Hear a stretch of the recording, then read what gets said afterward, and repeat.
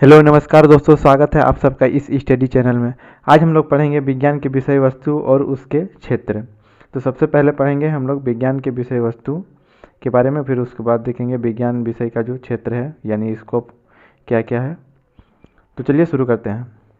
किसी भी विषय का विषय वस्तु ही एक प्रकार से उसका क्षेत्र होता है।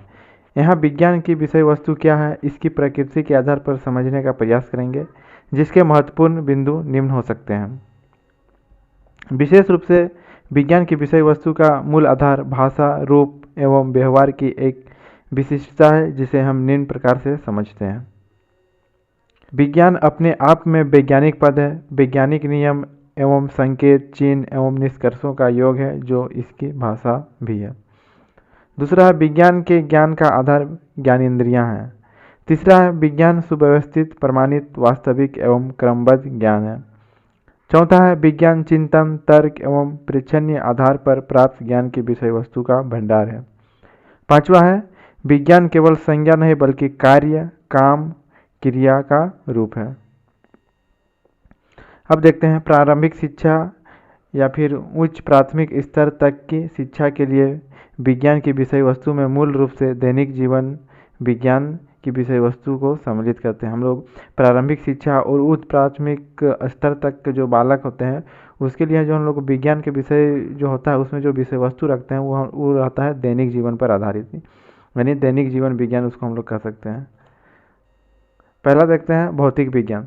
दैनिक जीवन में काम में आने वाला भौतिक विज्ञान सामान्यतः प्रकाश, ऊर्जा, बल, गति, दर्पण आदि से संबंधित होता है तथा प्रारंभिक शिक्षा के क्षेत्र में इसी प्रकार की विषय वस्तु सम्मिलित होती है।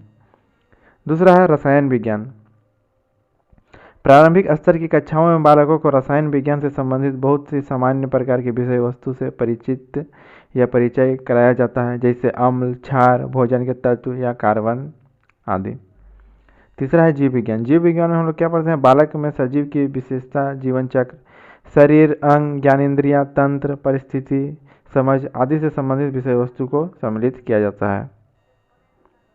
अब हम लोग देखते हैं विज्ञान की विषय वस्तु का सामान्य उद्देश्य क्या है। विज्ञान का जो विषय वस्तु है उसका हम लोग का उद्देश्य क्या है पढ़ने का।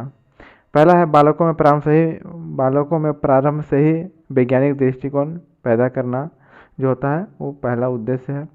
दूसरा है विज्ञान का संतुलित उपयोग समझाना।